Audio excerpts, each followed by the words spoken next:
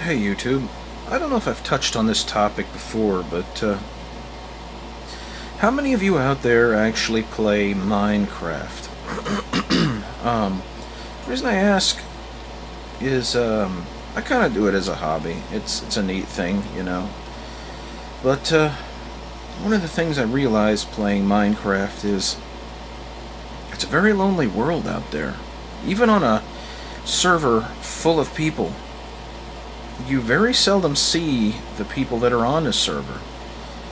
And do you ever get the feeling when you're on these servers with these beautifully built cities and really incredible places, especially the less griefed ones, but sometimes the more griefed ones, depending on how it was done? It's like you're the last person on Earth. You're walking along, and it's a big world, but it's a lonely world. I mean, you got the animals and shit, but they're just AI. There's nothing to it. There's no interaction, especially if you play it in single player mode. And it feels like you're the last man on Earth. It feels like you're walking in a world where everyone has died. If that makes any sense. Except for the wild worlds where nothing has been built yet. Those are still crisp and new, but you still get that last person on the planet feeling, like it's just you there in nature. I say this because there's quite a few servers I go on, and one of the ones that's really neat is mcpoegable.com. They have some incredible builds on that server. I mean, beautiful cities and amazing structures. If you ever go on there, go to Paradigm City and go to the Hall of Arcane Knowledge and look at that. That is how a library should be built. But just empty. You walk these cities and you walk these streets and the city of Spawn and all the old cities that were Spawn, and you know and there's just no one and nothing. It's like a city that was laid out there, beautifully prepared for people to occupy, but there are no people to occupy it. It's like going through those old Chinese, well, they're not old, they were new skyscraper apartments built, these huge, massive cities and malls, but their people are so poor they can't afford them, so they're largely abandoned, and there's been no market for them. It was a complete waste of money and construction there. Just no people with any wherewithal to afford the infrastructure. So they have these massive cities out there with no one in them, except for maybe a few maintenance people. And in other places, you go to cities on some of these servers, and it's like Pripyat. When Chernobyl went critical and they had to evacuate the city, and the whole place was abandoned and is now falling into complete disrepair. Some of these griefed places are like that. They're like that. And you feel like you're the last person on Earth. I think for Minecraft, that's the thing that it lacks the most. It's a great building and fun time program. You can build whole worlds in there, but cities were made to be occupied, and they're social places, and there's really very little social. I think they need better social tools built into it, not like Facebook and all this other crap, but just better ways for people to interact.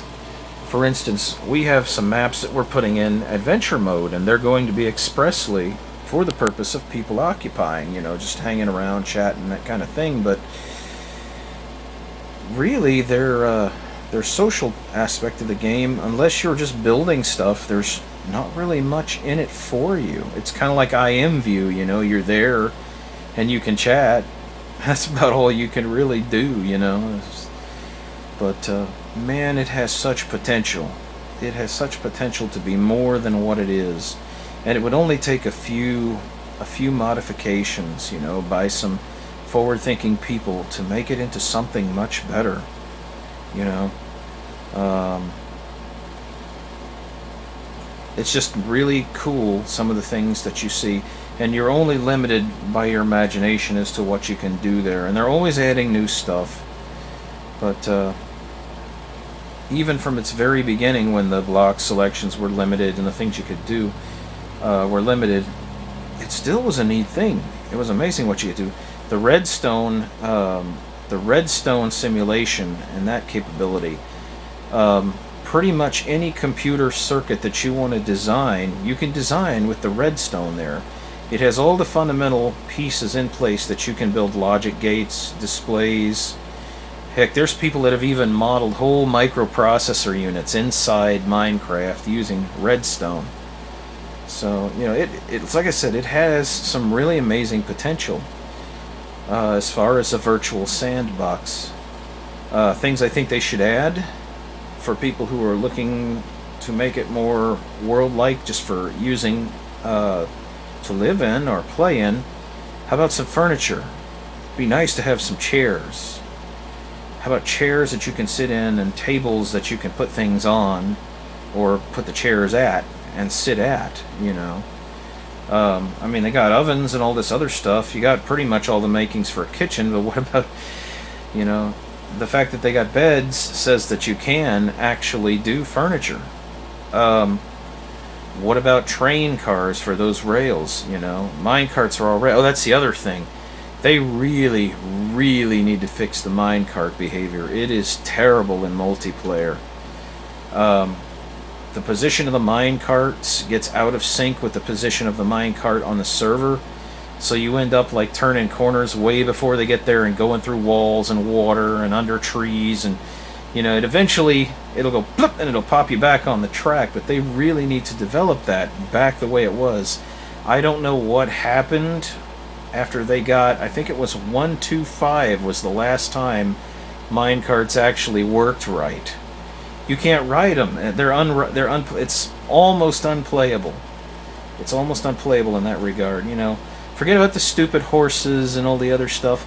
Fix the stuff that was fixed. Put it back in order. Something they did a few versions back made minecarts complete garbage, which is really sad, because a lot of worlds that I've visited have extensive rail systems that it would be really nice to be able to ride the carts on again. And even on our LAN server, we have a LAN server, and with perfect connection, I mean with maybe less than 10 millisecond ping, the minecarts do not stay synced to their position on the tracks versus, on the client, versus their position on the tracks on the server. They need to make it where it updates more or something to keep them from getting out of sync, at least while you're on a minecart. We have worlds that have extremely big rail systems. That was before horses. That was the way you got around. Was you either walked, then when creative came, you flew. But the big way you got places fast was on the minecarts. So there are train systems, and for that matter, why not make cars that you can put on the tracks that are expressly for passenger riding? You can link them up and you can make a train. Maybe make a train that, unlike minecarts which slow down after a while, you can make a train cart that stays going, and it can go, it's not weight dependent, and it can go around and around the track indefinitely. You can put the redstone in place at the station that stops it for a little bit. We use the same powered rails as the carts. It just wouldn't slow down as quick. And that way you have a train system that comes through on a regular basis. It pauses for a bit so people can jump on or jump off, and then it keeps going. It starts up again and it goes. I mean, you already do that with mine carts to some degree, but by making formal train carts, I think that's a better deal entirely. Just enclosed passenger cars. You could do that. I don't see why not. If you can model a horse, can't you model a train car?